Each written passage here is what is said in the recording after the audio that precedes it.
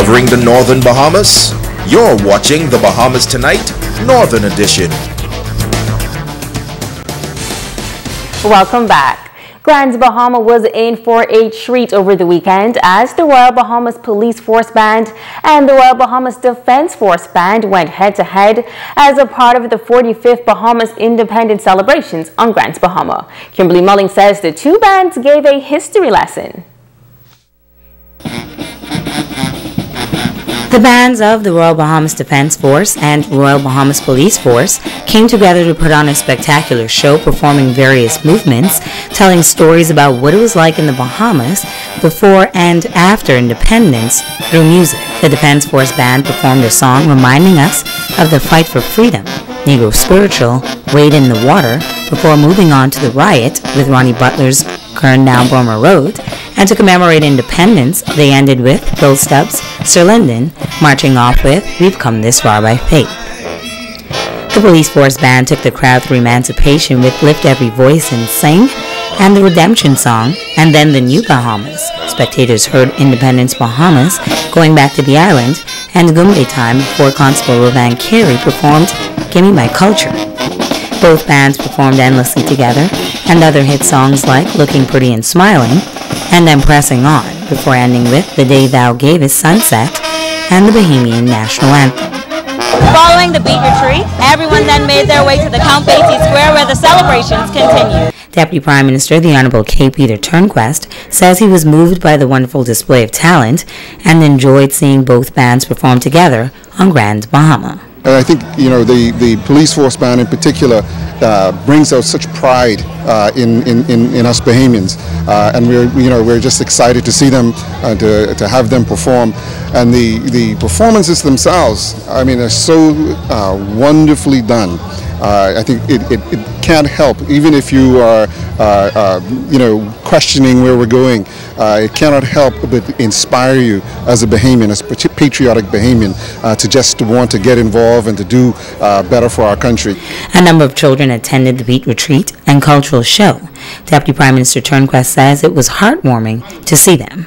A lot of us as young people grew up in awe of the police force band, and so seeing parents pass that tradition to their children, I think is wonderful. It is good to see that some things continue to go forward, and again, these kind of performances and events bring out and instill that patriotism that we need. Officer in charge of Grand Bahama in the Northern Bahamas District, Assistant Commissioner of Police, Samuel Butler says the rivalry of music was second to none. The crowd was really excited. They received them extremely well.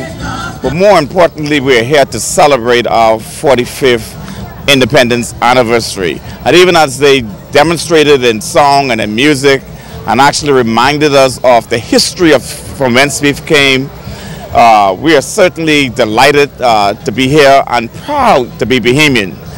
The community showed up extremely well. Deputy Commissioner of Police Emerick Seymour spent the weekend home on Grand Bahama and came to support ACP Butler and the bands at the beat retreat. It's always good to come back home and of course to be a part of the festivities that are going on here.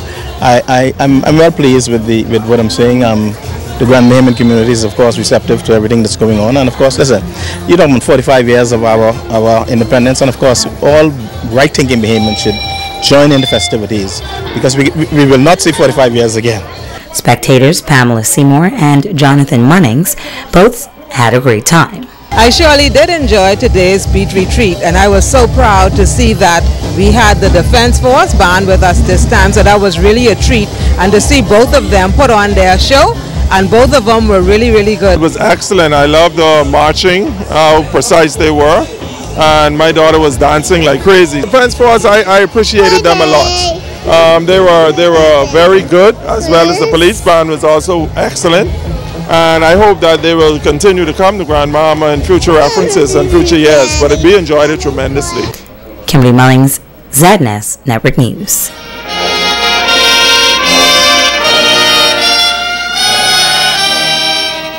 And now it is time to Ask the Doctor.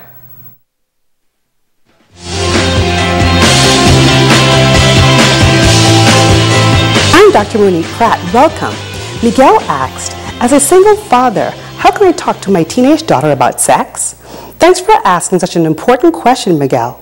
Sex can be extremely difficult for a father and daughter to discuss, but it is something that must be talked about openly and honestly.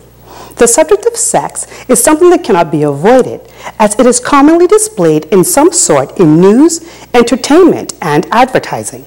Waiting for the perfect moment isn't realistic, and you might end up missing the best opportunities. Here are some ideas that can help you get started. First, seize the moment. When a program or music video raises issues about responsible sexual behavior, use it as a trigger for discussion. Always be honest and direct. Clearly state your feelings or specific issues, such as homosexuality. Always talk about the risks, which include emotional pain, sexually transmitted infections, and unplanned pregnancies. If you don't know how to answer your teens' questions, offer to find the answers for them or look them up together. Make sure that you consider your teens' point of view. Try not to lecture them or use scare tactics to discourage sexual activity.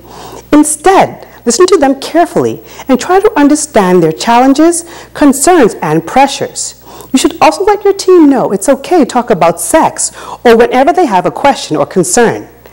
I'm Dr. Monique Pratt, and this has been Ask the Doctor. Don't go away, your Tech on Sports is up next.